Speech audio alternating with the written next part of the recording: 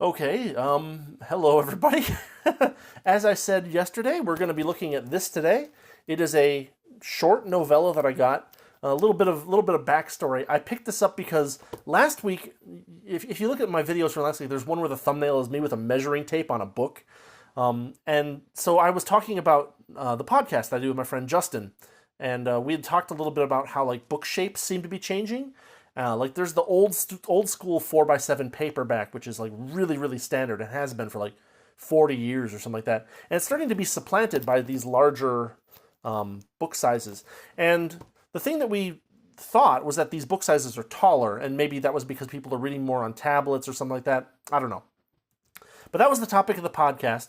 I talked about it a little bit last week, and I wanted examples. And so I had this super nerdy idea to like go to Barnes and Noble and look for a book that's shaped funny, and like buy it and take it back and be like, look, it's different. But as I was going out the door, I was like, wait a minute. Public libraries. And so I went to the local branch of my public library. I looked for a book that looked like it was number one recent, because I wanted to get something that was new. I didn't want something that was like 30 years old and was, just printed in an old hardcover style. And I wanted something that was shaped a little bit differently. So this is, I think, a 5x8 instead of a 4x7. But yeah, I picked it up. I also picked it up because it says it's a Hugo Award-winning series, and it was called A Remarkable Accomplishment by NPR, of all places. So I was, like, ooh, this is going to be like juicy, awful, woke grandstanding. But you know what? I was pleasantly surprised to find that it is not. It's basically like an episode of like a kung fu movie, or not movie, kung fu TV show, and the length is again like 45 minutes. Um, it follows a character who is a cleric named Chi.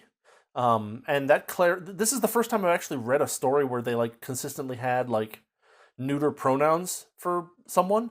So Chi is a they them, and fortunately, there's no like there's no chip on the shoulder about it. You know what I mean? Like there's no like, oh, this person called me this and I am angry about that, blah blah blah nonsense. Which is fortunate.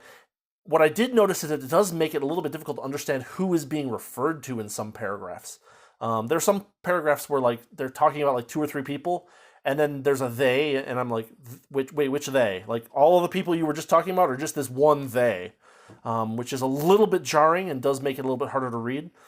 I just read Neville Shoots on the Beach, and in that I just real you know I've known it for a long time, but I was reminded that like it was perfectly normal to call a baby it back then. Well, why don't we call people its if they want to have a neuter pronoun?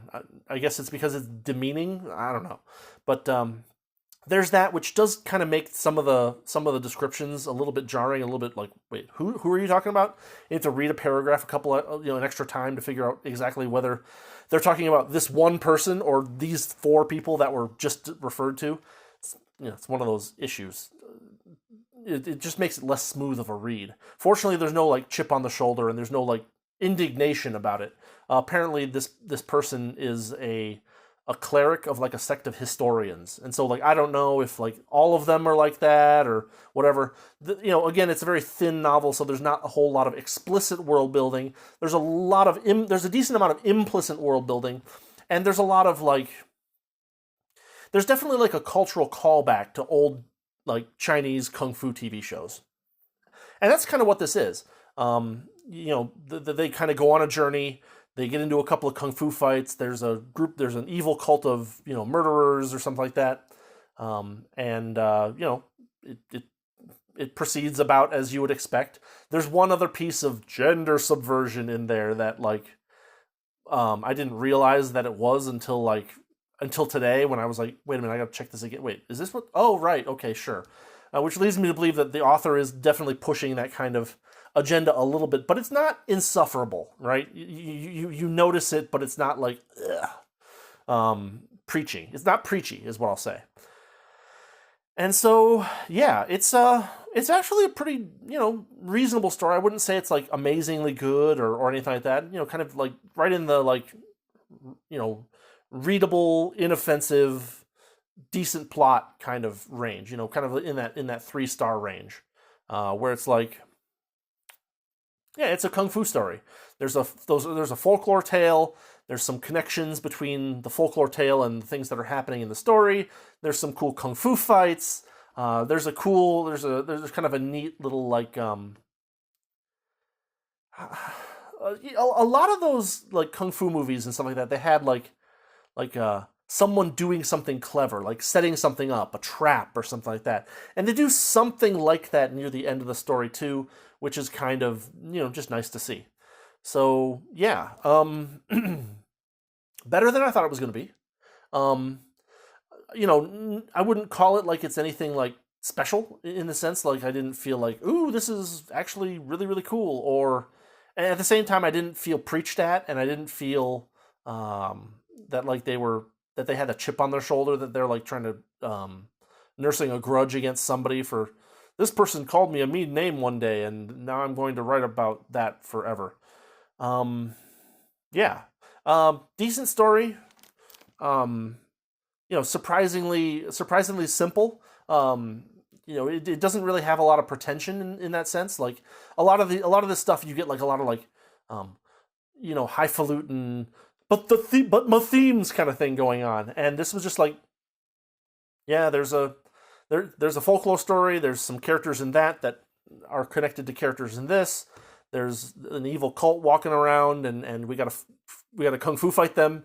Um, and it's very kind of reminiscent of some of those like old, Chinese stories where like there's some kind of battle between the forces, not necessarily of like good and evil, but just of like law and chaos kind of thing. Um, yeah, so like decent story. Uh, I would be amenable to reading another one of these novellas. According to the back of the book, the novellas of the Singing Hills cycle are linked by the cleric Chi, but may be read in any order, with each story serving as an entry point, which is like it's an episodic television show basically. I don't know if they're going for a Netflix deal or what, but a lot of authors seem to be these days. But yeah, that's all I've got for today. Into the Riverlands.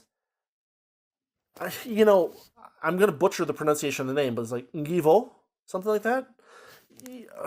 I am like like right on the edge where when we were in school we actually learned phonics and like the rules of pronunciation for English words. And one of the things that always gets me is like East Asian romanization rules, where like they'll have romanization rules that don't follow regular English phonics rules. Because phonics is a inexact science, right? Like if I assume that every C is going to be pronounced k, then I will make mistakes here and there. But if I know that ch is ch or k or sh sometimes, and if I know where those kind of happen in words, you can usually sound out words. With a lot of like East Asian romanizations, you can't do that. They have like a bunch of letters either get pronounced or don't get pronounced. The common one is that in modern romanization of Chinese, a T is pronounced D and not T. And then there's issues with like tonal languages and stuff like that, where like you could totally use diacritics. I think they're called diacritics, like the little things over letters to tell where the pitch changes. But for some reason, modern romanization of Chinese does not do that.